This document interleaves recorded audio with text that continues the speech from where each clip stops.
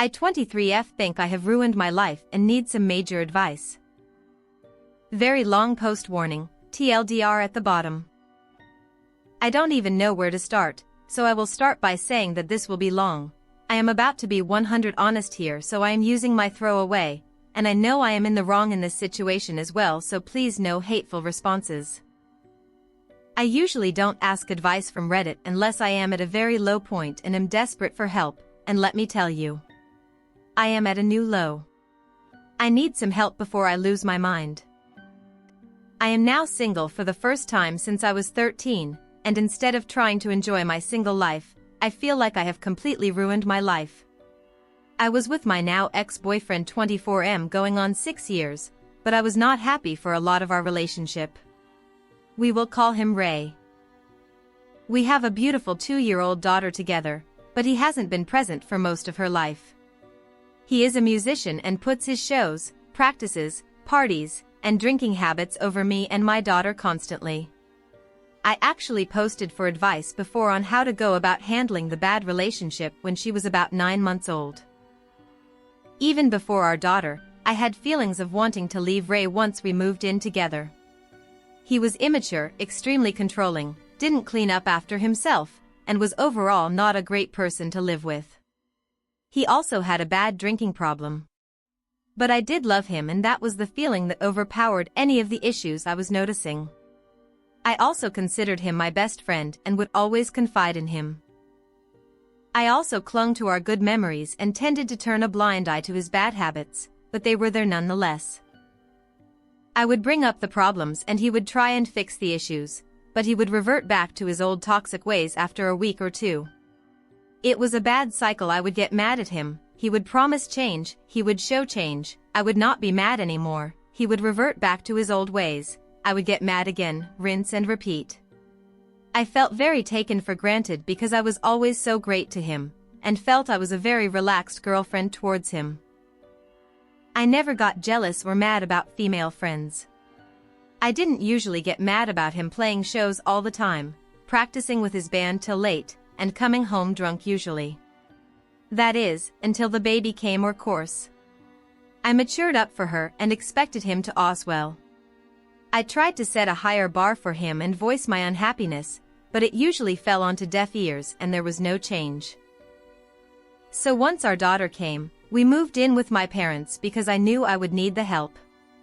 My mom was more present with her than he was, but our relationship in a way was better than before due to the help of my parents baby-wise and financially. I was still in love with him and would always try to write off the bad ways he would treat me and turn a blind eye. Even though my parents constantly pointed out the fact that how he was treating me wasn't okay. I always ignored their comments though because I loved him. But I felt myself feeling like a single mom still because he was never around, and when he would be high or drunk, or wishing he was with his friends instead, and annoyed when I would ask help of him. One day, completely unexpected and out of nowhere, I met someone I fell for really hard.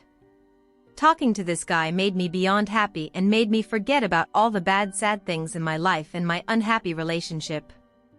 He had a child close in age to mine, we were very similar personality-wise, and the way we noticed each other was because we had matching tattoos. The tattoos were music band related, and I have never met someone with this band tattoo before, nor someone that loved this band as much as me. We will call this guy 23M John. I would talk to John as friends on and off since I met him for about a month. I would delete the messages cause Ray was very controlling and I knew he wouldn't want me talking to another guy even as friends. But I wasn't liking John as just a friend and I could tell he was liking me too. Now, at this point I hadn't even talked with John about Ray. He hadn't asked if I was with my daughter's father, but I think he assumed I wasn't. I never said I was or wasn't. John was everything Ray wasn't. He had a good paying job, he was stable, he had his own place, he was polite and a gentleman.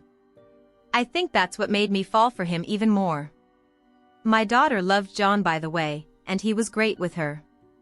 I always longed to see Ray engage in cute ways with our daughter but would rarely see that, and I loved seeing John make an effort even though he barely knew my child. His hands-on fatherness was one of his hottest traits, in my opinion. One day, Ray and I got in a horrible fight when he came home drunk. He spat on me, threw water on our child saying she wasn't his, no way in hell she isn't his child. I was so offended, and told me he didn't want to be with me. He said he was just with me for the baby, and that he didn't love me anymore. It was horrible. I have never cried so much. The next day he claimed he was blackout drunk, didn't remember what he said, and cried to me and swore he wanted to be with me. Being my forgiving self, I took him back after about 3 days. Once things settled down from that, we tried to make things work for our daughter. I tried so hard to the point that I was almost faking being happy with him, maybe to fool myself more than fool him. Then he declared that he was going on a 2-week tour with his band. Barely even consulted me about it. I was super sad, and again felt taken for granted, and like me and my daughter were put on the back burner of his life. While he was gone, John told me he liked me. I told what was at the time a small lie and told John that me and Ray didn't try to get back together after that fight, and that I was single. I told him we still lived together, weren't together, and have had a bad on and off relationship for a while. The first and last statement were true, not the middle one though. The weeks after Ray left for his tour were the best weeks of my life that I spent with John. I haven't been that happy in years. I felt alive. I felt like I was breathing fresh air for the first time. John was great to me, and we did so much amazing stuff together that Ray never wanted to do. We took our kids to museums, to the lake, on hikes, to parks, to pools. It was amazing. John listened to me in ways Ray never did. He complimented my art and my mind, told me how gorgeous I was, and made me feel special. But I still hadn't properly told Ray it was over. I was procrastinating pulling off the band-aid. One night, things got carried away and I had sex with John. It was amazing, and made me fall for him harder. Before that day, Ray had been the only guy I had ever had sex with because I lost my virginity to Ray in high school. When I went home the next day after sleeping with John, I got a text from Ray and I sobbed. I felt so guilty. I was a cheater, a horrible person, and a liar. I felt like I had betrayed both of them, and I felt at that moment like I ruined my life. I ruined my 6-year relationship with my high school sweetheart and father of my child, and at the same time ruined my first chance at a relationship with an actually good man due to lying and not being able to properly end my relationship. So I worked up the courage to call Ray and tell him it was over. I told Ray I didn't want to be together and that I wasn't happy, and that I felt he was more focused on music than our family.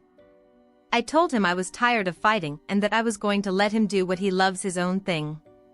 It was freeing telling him this, and I didn't regret it. He didn't take it at all as I expected and freaked out. He was sobbing and begging me to take him back. He said he would never take me for granted again and to please give him another chance. This pulled at my heartstrings because I still very much loved him. I just wasn't happy with him and was tired of being taken for granted and feeling like a doormat. So I refused to try to make it work and stuck to wanting things over. He insisted it was 'cause I was leaving him for someone else, and I continuously lied and said no, that I just wasn't happy. It was true, I wasn't happy with him, but I was leaving him because I wanted to be with John, and John made me happy. I had been wanting to leave him before John, yes, but I didn't have the courage to before experiencing what it was like to be actually happy in a relationship. He said it wasn't fair because I didn't even seem like I wanted to break up before he left to his tour, and I agree to that. I do blame myself in the sense that I was trying so hard to make it work after that fight that I didn't show any signs of not wanting to be together at that moment. I had been trying so hard for a long time and hiding my unhappiness due to our daughter.